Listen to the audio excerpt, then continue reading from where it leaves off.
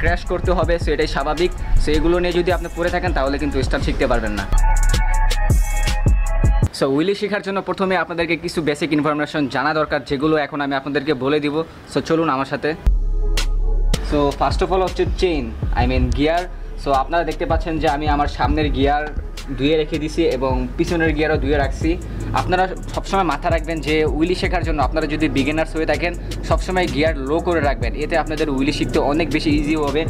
আপনারা চাইলে 1 number গিয়ারও chain রাখতে পারেন, এতে করে আরও বেশি ইজি হবে আপনাদের উইলি শিখতে। তো আমার 2 নাম্বার কাটা ইজি হয়, তাই আমি 2 নাম্বার রেখে দিয়েছি, পিছনেও 2 নাম্বার রেখে দিয়েছি। আপনারা চাইলে ফার্স্টেও রাখতে পারেন, এটা আপনাদের নিজেদের ব্যক্তিগত ব্যাপার।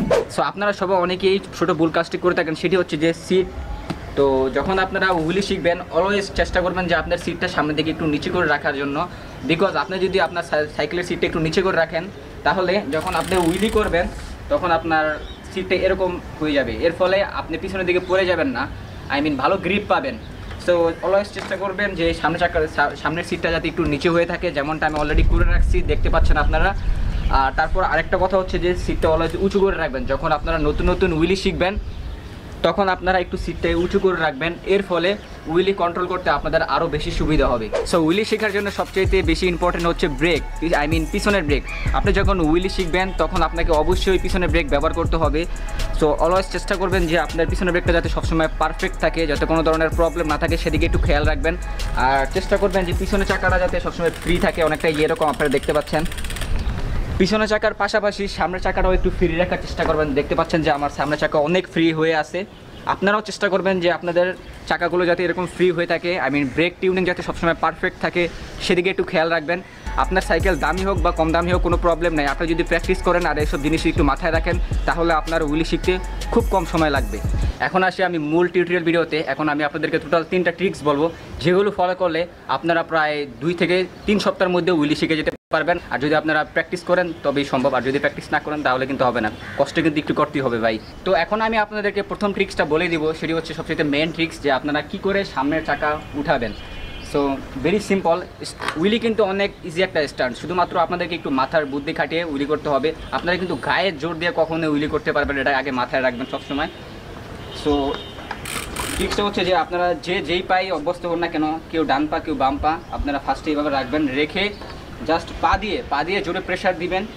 আর গিয়ার তো লো করাই আছে, পা দিয়ে জোরে প্রেশার দিবেন, প্রেশার দিয়ে লাইক এভাবে পায়ে জোরে প্রেশার দিবেন, লাইক এভাবে দিয়ে জোরে একটু টান দিবেন, হ্যান্ডেল সহ টান দিবেন। যখন প্রেশারটা দিবেন তার সাথে সাথে জোরে টান দিবেন, অনেকটা এরকম। সো এভাবে করলে আপনারা সামনে চাকা ইজিলি উঠাতে পারবেন।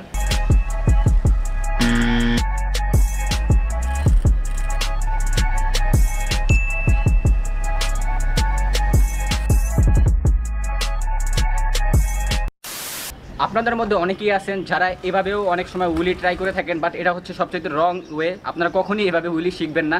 ট্রিক্সটা হচ্ছে আপনারা যখন 2 থেকে 3 প্যাডেল বা 5 প্যাডেল উইলি করতে পারবেন, দেখবেন যে আপনারা পিছনের দিকে পড়ে যাচ্ছেন। তো এটা আমার না, সবার সাথে হয়ে থাকে সাধারণত। তো এই জিনিসটা কীভাবে আপনারা সলভ করবেন সেটা আমি এখন আপনাদেরকে বলবো। সো উইলি করার জন্য সবচেয়ে মোস্ট ইম্পর্টেন্ট হচ্ছে ব্রেক। পিছনের ব্রেকটা হচ্ছে সবচেয়ে বেশি ইম্পর্টেন্ট। আপনি যখন 3 থেকে 4 প্যাডেল উইলি করবেন, ব্রেকটা আপনার ইউজ করা লাগবেই, না হলে আপনি পিছনের দিকে পড়ে যাবেন। সো ব্রেকটা ইউজ করার নিয়ম হচ্ছে, দেখবেন যখন অতিরিক্ত হাইট উঠে যাবে তখন আপনারা হালকা ব্রেক প্রেস করবেন, এর ফলে আপনারা একটু সামনের দিকে নেমে যাবেন, যাতে করে ক্রাশ তো হবেই না, প্লাস আপনি আস্তে আস্তে উইলি ট্রিক্সগুলো বুঝতে থাকবেন। সেটা ছিল 2 নাম্বার ট্রিক্স।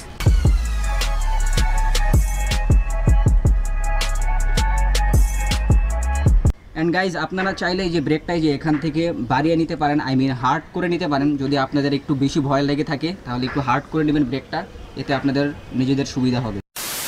সো এই 2টা ট্রিক্স শেখার পরে আপনারা 3 নাম্বার ট্রিক্সটাতে আসবেন, বিকজ 3 নাম্বার ট্রিক্সটা হচ্ছে অনেক সিম্পল।